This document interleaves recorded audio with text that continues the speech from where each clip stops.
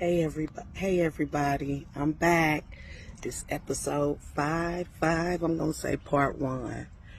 Cause as much as I wanted this to be a journey on where I came from, the present still pops up. And today has been a really bad, trying day for me. My emotions are all over the place. You know, I'm speaking to anybody that's ever felt like inadequate, felt lonely. I think that's a huge thing. I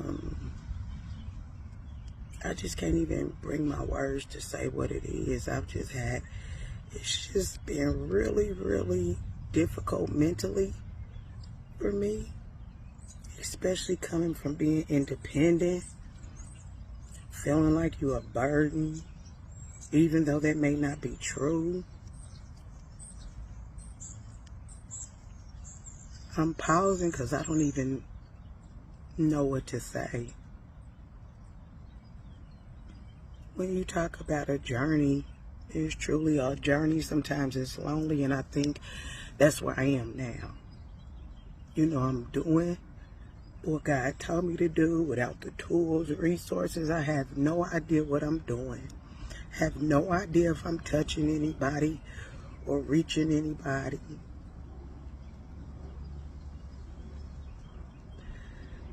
Yesterday, I wasn't feeling good at all. I slept all day, just came out the blue. Today's almost kind of the same, but I was determined to not let the devil win. I don't know. Have you ever felt not heard? And I'm trying to keep my emotions back. Because I don't want people to see me crying. I've always told people, don't let them see you sweat. Don't let them cry, but yeah, this is tough. This is rough. And even though you have all your support around you,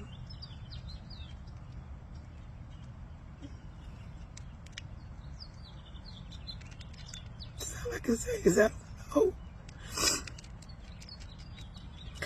It also seems like the more I do this and start getting into my story, the devil is doing everything that he can to hold me back. The thoughts that go through my mind. Some people are praying for me, Praying, and I know that some people are preying on me, Preying. The devil will not win. I won't give him the satisfaction, no matter how hard it is. I don't even know why I'm on here. I just know that it gets greater later.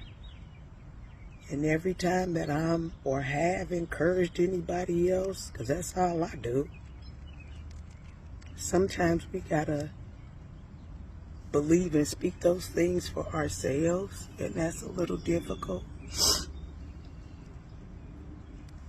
But today I just had to come in. We talk about being transparent. I got on here and said I'm gonna be transparent. I'm letting you know that before you see me on camera every day, it ain't easy. Again, I take 14 different kind of medications. I'm sick of taking medicine. I'm sick of going to the doctor. And I just got out the hospital. I'm sick of going through this journey by myself.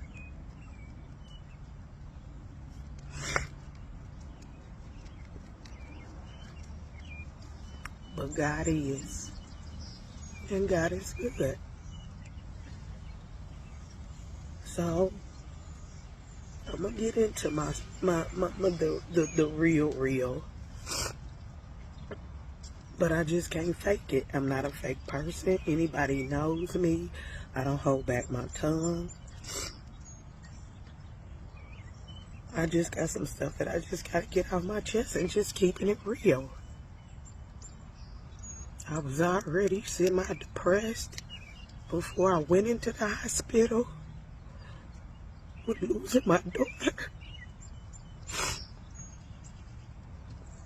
And now it seems like the devil is trying to put me back in a headspace that I got out of, and that I was able to get up and do things and move around and not have a cloudy mind. You know, you try to be there for your kids, whether they small or grown.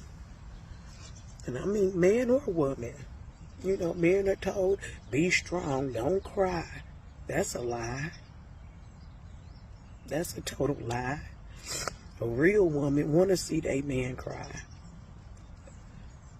That means they're vulnerable and they're in touch with their emotions. Women, we get charged of crying, and sometimes we cry too much. Sometimes we act too hard. I do think crying is what they say. It releases things. I don't even know the right words I'm looking for. You know, I do want to get on here and be positive, but I have to be realistic. That even though I speak positive things, what we say, we speak those things that are not as if they were. And today, the word that what is not is that I'm in a good headspace. I'm in a good space, but I know it's all because the devil is trying to hinder me from doing what God told me to do. So, regardless of that, I'm going to give you a little bit. I just had to get some stuff off my chest about where I am mentally, emotionally, and physically right now in this moment. To let you know that even though I do or somebody else does makes it look easy, it's not. And then getting into this section of how I was treated in the hospital, what I went through. And when I went to the doctor today, all those feelings of not being heard, that I'm just another number, and the doctors and nurses don't care. It just brought up a whole bunch of emotions to the part that I'm about to get into. So I left off with being on, I think it was 5 East, when they said that I'll have 24-hour care. I did. For the first day or two, it was okay. They were on my medications on time. I wasn't having any tremors in my hands, tremors in my legs when I laid down. But it seemed like every time they did shift change, at night, that's when I would get bad. That's when I get worse. But in the daytime, it felt like they did their job. They was on top of it, gave me my medicine. But every night, for about 4 or 5 days, I would get worse. I would get worse. And before I got on this floor, or after I got on this floor, like I said, about 2-3 days later, I was actually getting better.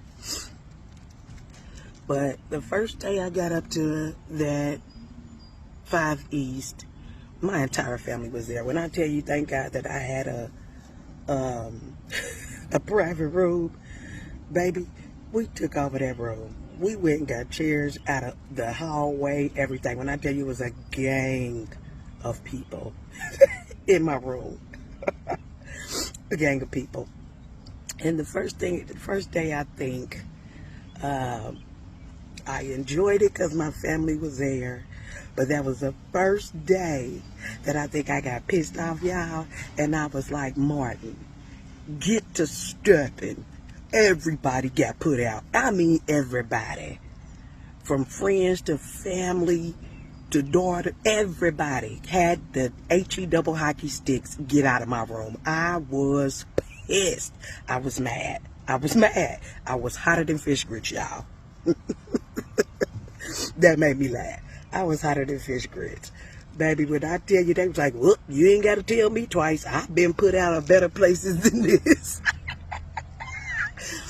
All right, stay tuned. I'm going to give you the rest.